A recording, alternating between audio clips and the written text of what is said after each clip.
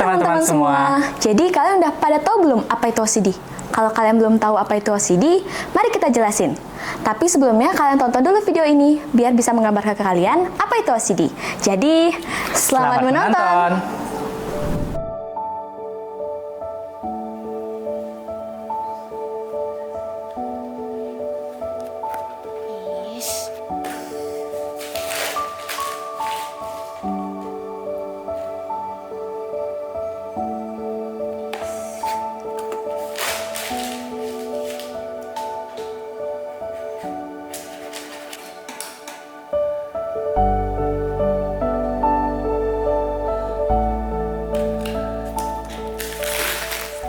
Nah, jadi gimana teman-teman? Dari video cuplikan tadi, kalian udah bisa menggambarkan belum?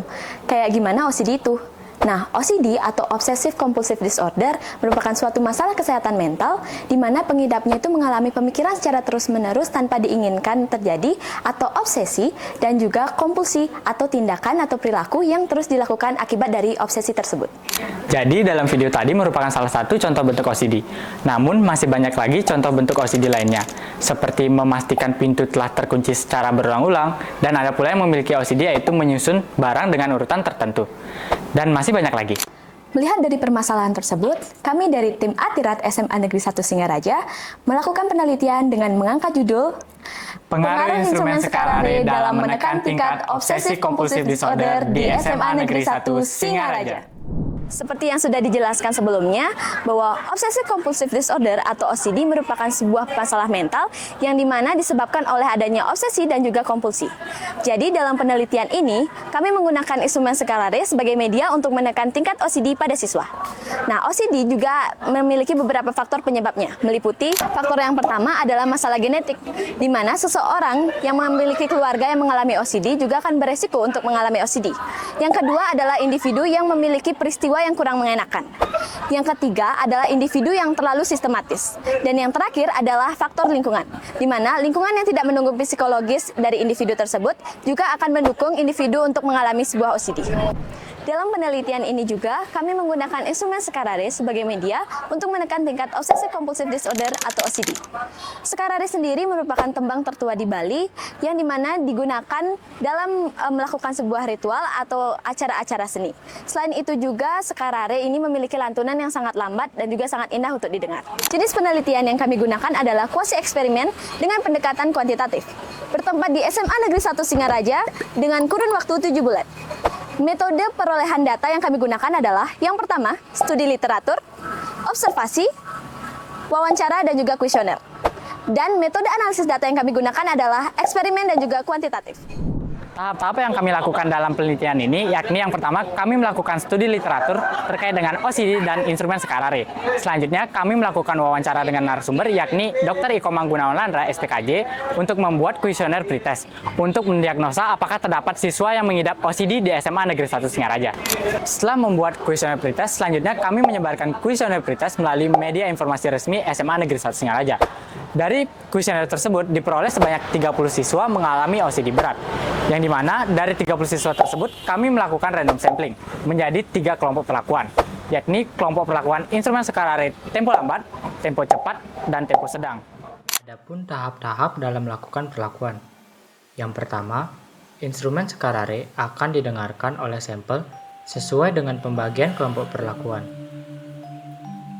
Yang kedua, pemberian instrumen Sekarare dapat dilakukan di mana saja, selama sampel berada dalam keadaan rileks. Yang ketiga, instrumen Sekarare diputar dalam waktu 5-15 menit. Disarankan menggunakan headphone atau earphone agar terhindar dari distraksi lainnya. Yang keempat, setelah 7 hari perlakuan, diberikan post-test berupa kuesioner untuk mengetahui pengaruh dari instrumen Sekarare tersebut. Setelah pemberian perlakuan selama 7 hari, selanjutnya dilakukan post-test untuk mengetahui pengaruh instrumen Sekarare. Pada penelitian ini menunjukkan bahwa pada kelompok perlakuan instrumen Sekarare dengan tempo lambat, rata-rata sebelum pemberian perlakuan adalah 3,08. Sedangkan setelah pemberian perlakuan, rata-rata menurun menjadi 2,80. Nah, Sedangkan pada kelompok perlakuan instrumen skala Rey dengan tempo sedang, rata-rata sebelum pemberian perlakuan adalah 3,55. Sedangkan setelah pemberian perlakuan, rata-rata menurun menjadi 3,01. Nah, selanjutnya pada kelompok pemberian perlakuan instrumen skala Rey dengan tempo cepat, rata-rata sebelum pemberian perlakuan adalah 3,22. Sedangkan setelah pemberian perlakuan, rata-rata menurun menjadi 3,00.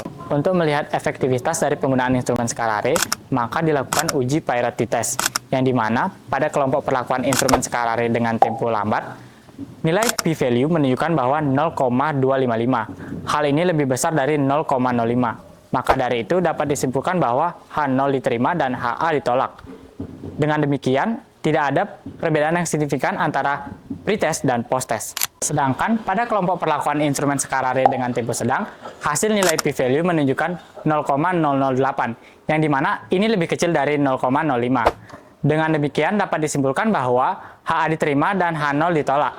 Maka dapat disimpulkan terdapat pengaruh signifikan antara pretest dan posttest. Selanjutnya, pada kelompok perlakuan instrumen skala Rey dengan tempo cepat, hasil nilai p-value menunjukkan 0,378, yang dimana ini lebih besar dari 0,05. Maka dari itu dapat disimpulkan bahwa H0 diterima dan HA ditolak.